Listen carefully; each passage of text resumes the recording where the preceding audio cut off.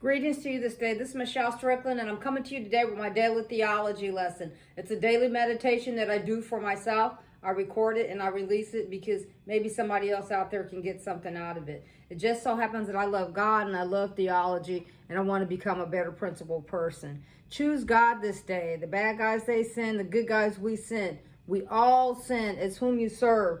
You don't have to be perfect. No one is. But that doesn't mean that you don't have to deal with your consequences, good or bad. None of us get away from that. But if you have issues that you deal with for the rest of your life, bring them over to God's team and let him help you get through it. You know, you don't have to be perfect. No one is. And that's not going to be an excuse for people, you know. It's not. Love yourself, because if you love yourself, if no one else out there loves you, which can happen, unfortunately, if you love yourself, you'll be okay, you know. I focus out of three major religious texts: the Bible, the Quran, and I'm in an introductory Buddhist paperback called The Shape of Suffering, and it deals with dependent co-arising. Without no this, there's no that. And everything that we say and do has an effect on our senses. And so I'm back in the rotation for The Shape of Suffering, the Buddhist text. And I only read a little bit out of it at one time. Let's see where I stopped.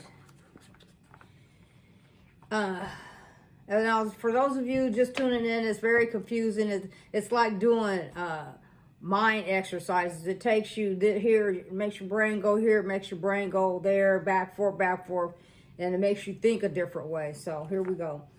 Monks were a self, or what belongs to self, are not pinned down as truth or reality. Then the view position, this cosmos is the self. After death, this I will be constant, permanent, eternal, not subject to change. I will stay just like that for an eternity. Isn't it utterly and completely a fool's teaching? The way to abandon one's attachment to the raw material of any sense of identity is to follow the same process explored in chapter 1, learning to look at it in terms of the Four Noble Truths. Train oneself to see the origination of one's identity as based on a type of food or nourishment or nutriment. Sorry. Let me say that again. Learning to look at in terms of the Four Noble Truths, training oneself to see the origination of one's identity as based on a type of food or nutriment.